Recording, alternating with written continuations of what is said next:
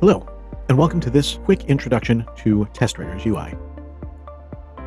Once you've signed up for a trial, or you have a paid account, you can start by creating your first suite, specify a name, and what type of testing you plan on doing. For today, we're going to stick with desktop web.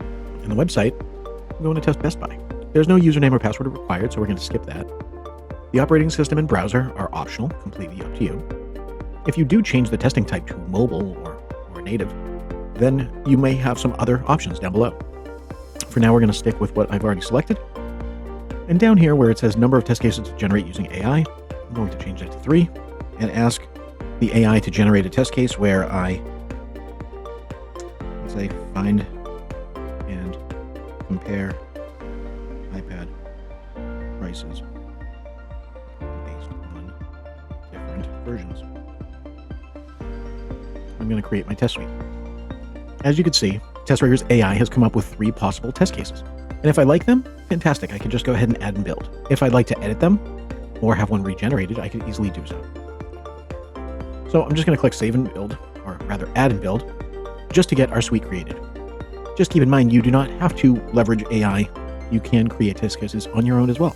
Another way you can create test cases is using our Add Test Case button, which relies on you having some understanding of our documentation.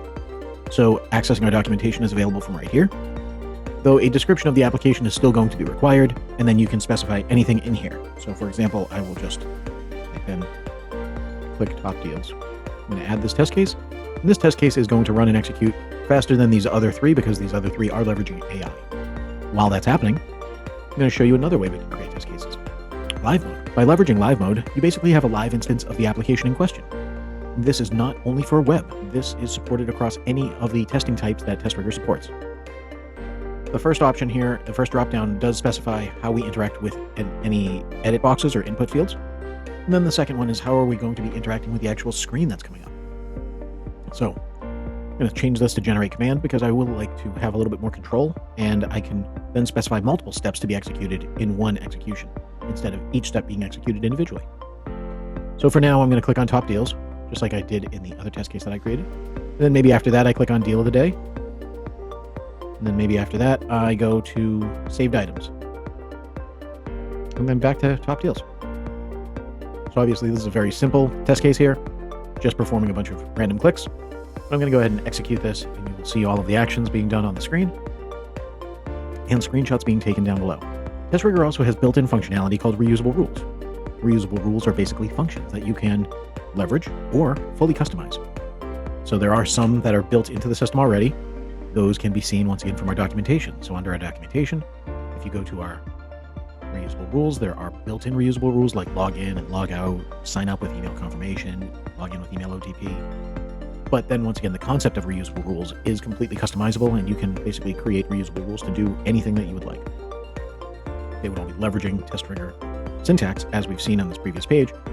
So basic commands, understanding just how exactly to write some of these commands is the best way to really understand and leverage testRigor. So if you wanted to perform other actions here, we could change this to just generate command and execute, and then we don't have to actually click the execute button. But this is basically going to be one action per click. So one click on shop all, you can see it created the action, clicked over there, and then we have our screenshot associated to that same step.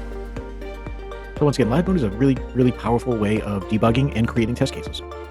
When you're done with this, you would finish the session and save in order to see what was actually done and leverage this as a possible test case moving forward.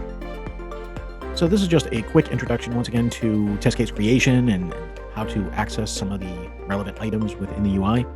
But as you can see here, when a test case is executed, you get to see screenshots, what specific actions were occurring, and then basically page loads before and after those screenshots. Edit test case will bring us to an edit page, but it will also provide us history. So every execution of this test case will actually be stored within this page. So once again, that's been a quick introduction. I hope that really helps guide you to using testRigor and gives you a little sense of where you can find some of the really important items within the UI. Once again, the resources will be very, very helpful. Documentation, training, tutorials, and certification, along with how-to articles.